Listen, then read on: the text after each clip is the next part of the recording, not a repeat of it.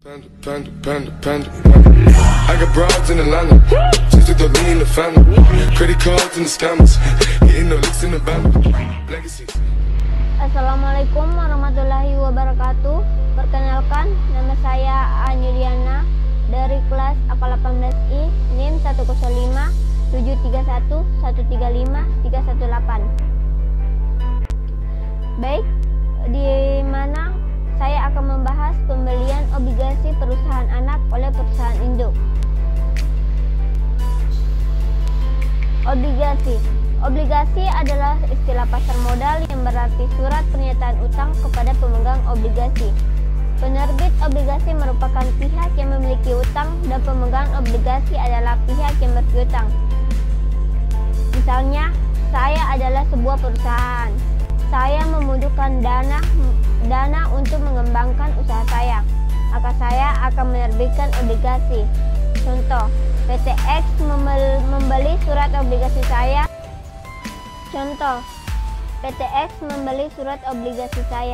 Dan PT X memberikan sejumlah uang kepada saya.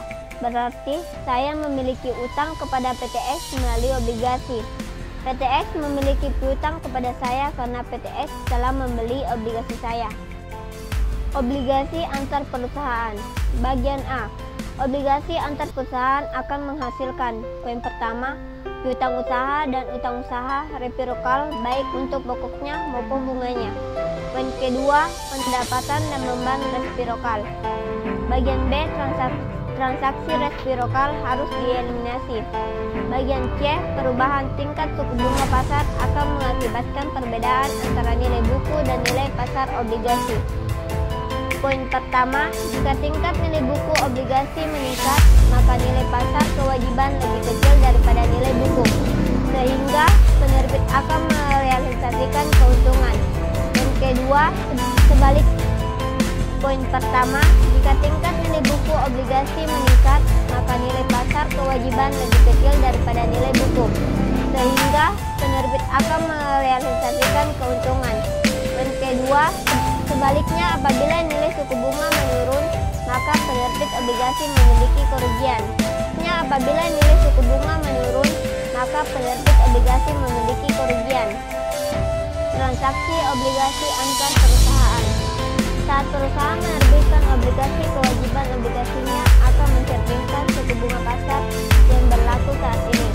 Dalam transaksi obligasi antar perusahaan dapat merealisasi tetapi tidak mengakui keuntungan atau kerugian atas obligasi dengan menembus atau menarik obligasi yang beredar. Terdapat dua jenis penarikan. Yang pertama, penarikan aktual. Dapat dilakukan oleh perusahaan penerbit obligasi atau perusahaan induk ataupun anak yang menggunakan sumber-sumber yang ada untuk membeli dan menarik obligasinya. Poin kedua, penarikan aktual. Dapat dilakukan oleh perusahaan penerbit obligasi atau perusahaan induk ataupun anak yang menggunakan sumber-sumber yang ada untuk membeli dan menarik obligasinya. Poin kedua, penarikan konstruktif. Perusahaan afiliasi atau perusahaan induk atau anak dapat membeli obligasi anak dapat dari perusahaan penerbit di mana obligasinya ditarik secara konstruktif. Perusahaan afiliasi atau perusahaan induk atau anak dapat membeli obligasi anak dapat dari perusahaan penerbit di mana obligasinya ditarik secara. Hal ini berarti bahwa obligasi ditarik untuk ditujukan laporan konsolidasi karena obligasi dan utang obligasi bersifat resiprokal yang harus dieliminasi di proses konsolidasi. Akuisisi obligasi perusahaan induk. Perusahaan anak menerbitkan obligasi, kemudian obligasi yang beredar dibeli di perusahaan induk melalui pasar obligasi. Contoh, PT Anak adalah perusahaan anak yang dimiliki 80% oleh PT Induk. PT Anak menjual obligasi kepada publik dengan nilai nominal Rp1.000.000, berbunga 10% dengan jangka 10 tahun, pada nilai nominalnya pada tanggal 2 Januari 2016.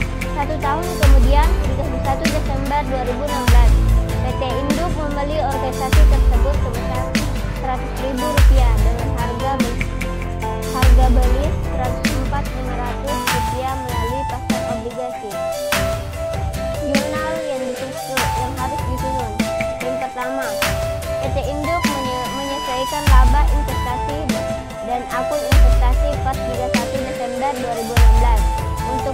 kerugian konstruktif. Karena untuk menarik kembali obligasi Rp100, PT Induk membayar lebih besar, yakni Rp104.500. Namun tidak diakui seluruhnya karena yang menjadi kewajiban atau hak atas keuntungan PT Anak hanya sebesar proporsi kepemilikan PT Induk dan PT Anak, yakni 80%, sehingga kerugian konstruktif namun tidak diakui seluruhnya karena yang menjadi kewajiban atau hak atas keuntungan PT Anak hanya sebesar proporsi kepemilikan PT Induk dan PT Anak, yakni 80%, sehingga kerugian konstruktif yang diakui PT Induk hanya sebesar Rp4.500 dikali 80% sama dengan Rp3.600. Laba dari PT Anak Rp3.600 di debit, investasi pada PT Anak Rp3.600 di kredit. Poin kedua, mencatat kerugian dan mengeliminasi jumlah residual investasi dan kewajiban obligasi kerugian atas penarikan konstruksi organisasi seharga Rp3.600. 2. Obligasi Rp100.000 di debit, investasi dalam obligasi Rp103.600 dalam obligasi Rp103.600. Obligasi perusahaan anak dibeli oleh perusahaan induk. Yang pertama, dalam ilustrasi bagian ini bahwa perusahaan anak adalah perusahaan afiliasi penerbit dan penarikan konstruktif obligasi mengakibatkan kerugian bagi entitas konsolidasi. Yang kedua, Pro Corporation memiliki 90% saham, biasa berhak suara. State Corporation, kepemilikan Pro pada share dibeli di beberapa tahun yang lalu pada nilai bukunya seharga $9.275. Modal C adalah 10 juta dan harga ditahan adalah $250 pada tanggal akuisisi. Obligasi perusahaan anak dibeli perusahaan induk. Menggunakan metode ekuitas, tim melaporkan laba bersih sebesar $750 pada tahun 2007 dan Pro menghitung labanya dari ski sebesar $459 sebagai berikut. 90% dari $750 laba yang dilaporkan ski sebesar $675, kerugian konstruktif sebesar $300 dikali 90% sebesar $270 ditambah pengakuan kerugian konstruktif sebesar $60.000 dikali 90% sama dengan $54. Jadi laba investasi dari SKI ini adalah sebesar $459. 90% sama dengan $54. Jadi laba investasi dari SKI ini adalah sebesar $459. Ayat jurnal. Ayat jurnal dibuat oleh Pro untuk memperhitungkan investasinya dalam SKI selama tahun 2007 adalah sebagai berikut. Untuk mencatat 90% laba dilaporkan SKI pada tahun 2007, 31 Desember 2007, investasi dalam SKI $675 di debit, laba dari SKI $675 di kredit. Untuk menyelesaikan pendapatan investasi dari SKI terhadap 90% kerugian atas penarikan konstruktif obligasi SKI 31 Desember 2007, laba dari SKI $270 di debit, investasi dalam SKI $675 di kredit. $75 di kredit. Lanjutan ayat jurnal. Untuk melanjutkan laba investasi dari SKI terhadap 90% dari $60, pengakuan pembagian kerugian konstruktif atas obligasi SKI selama tahun 2007 pada tahun-tahun di masa depan sehingga jatuh tempo obligasi Pro menghitung laba dari SKI dengan menambahkan $54 setiap tahunnya.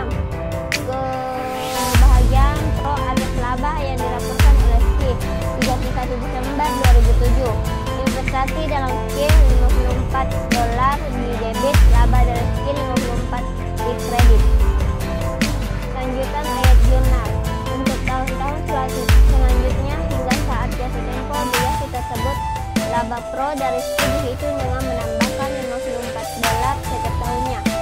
bagian pro atas laba yang dilakukan oleh Ski saldo akun investasi pro pada tanggal 31 Desember 2007 adalah sebesar $10.584.